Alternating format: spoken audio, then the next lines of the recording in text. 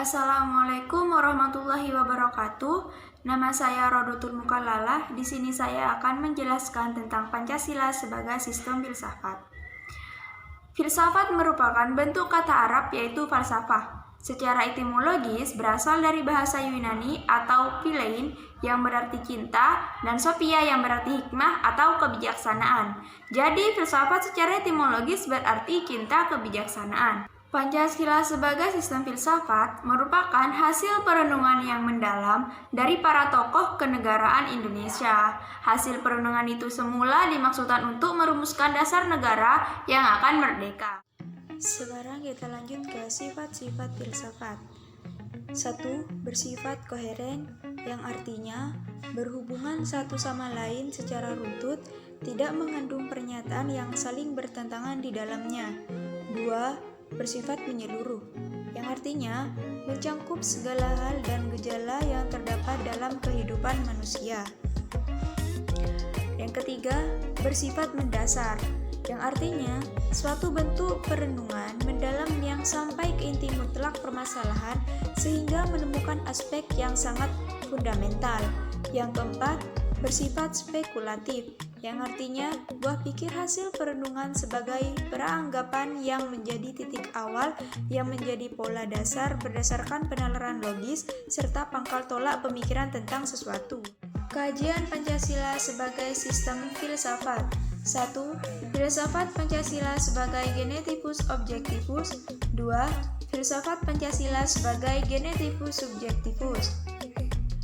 Filsafat Pancasila sebagai genetivus objektivus yaitu nilai-nilai Pancasila dijadikan sebagai objek yang dicari landasan filosofisnya berdasarkan sistem-sistem dan cabang-cabang filsafat yang berkembang di Barat.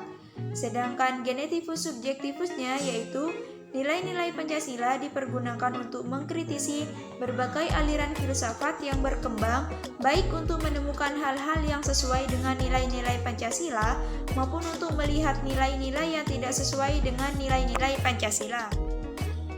Landasan pijak filosofis yang kuat yang mencakup 3 dimensi yaitu 1. Landasan ontologis, 2. Landasan epistemologis, dan 3. Landasan aksiologis. Landasan ontologis Pancasila artinya sebuah pemikiran filosofis atas hakikat dan raison d'être sila-sila Pancasila sebagai dasar filosofis negara Indonesia. Ontologi membahas tentang hakikat yang paling dalam dari sesuatu yang ada, yaitu unsur yang paling umum dan bersifat abstrak, disebut juga dengan istilah substansi. Landasan epistemologis Pancasila. Istilah epistemologi terkait dengan sarana dan sumber pengetahuan atau knowledge. Epistemologi adalah cabang filsafat pengetahuan yang membahas tentang sifat dasar pengetahuan, kemungkinan, lingkup, dan dasar umum pengetahuan. Landasan epistemologis Pancasila artinya nilai-nilai Pancasila digali dari pengalaman empiris bangsa Indonesia, kemudian disintesiskan menjadi sebuah pandangan yang komprehensif tentang kehidupan bermasyarakat, berbangsa, dan bernegara. Landasan aksiologis Pancasila.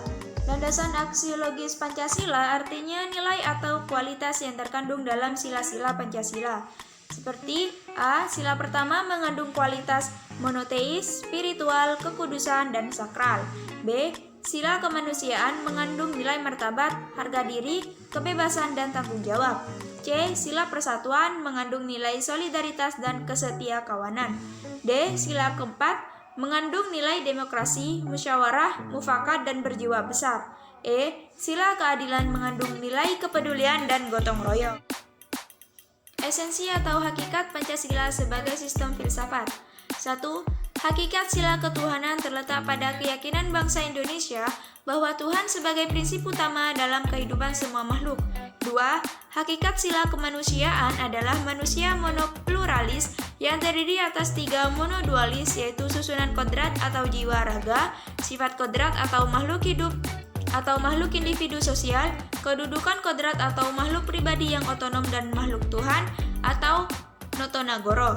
3. Hakikat sila persatuan terkait dengan semangat kebangsaan. Rasa kebangsaan terwujud dalam bentuk cinta tanah air. Yang keempat, Hakikat sila kerakyatan terletak pada prinsip musyawarah. Artinya, keputusan yang diambil lebih didasarkan atas semangat musyawarah untuk mufakat, bukan membenarkan begitu saja pendapat mayoritas tanpa peduli pendapat minoritas. 5. Hakikat sila keadilan terwujud dalam 3 aspek, yaitu keadilan distributif, legal, dan komutatif. Keadilan distributif adalah keadilan bersifat membagi dari negara kepada warga negara.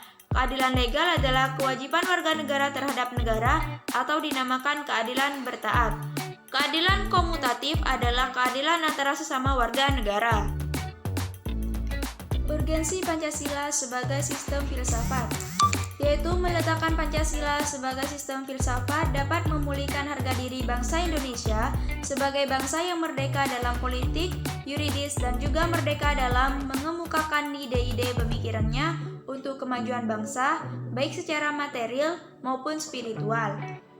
Pancasila sebagai sistem filsafat membangun alam pemikiran yang berakar dari nilai-nilai budaya bangsa Indonesia sendiri, sehingga mampu dalam menghadapi berbagai ideologi dunia. Pancasila sebagai sistem filsafat dapat menjadi dasar pijakan untuk menghadapi tantangan globalisasi. Pancasila sebagai sistem filsafat dapat menjadi way of life sekaligus way of thinking bangsa Indonesia untuk menjaga keseimbangan dan konsistensi antara tindakan dan pemikiran. Bahaya yang ditimbulkan kehidupan modern dewasa ini adalah ketidakseimbangan antara cara bertindak dan cara berpikir sehingga menimbulkan kerusakan lingkungan dan mental dari suatu bangsa. Sekian penjelasan dari saya, kurang lebihnya mohon maaf. Wassalamualaikum warahmatullahi wabarakatuh. Terima kasih.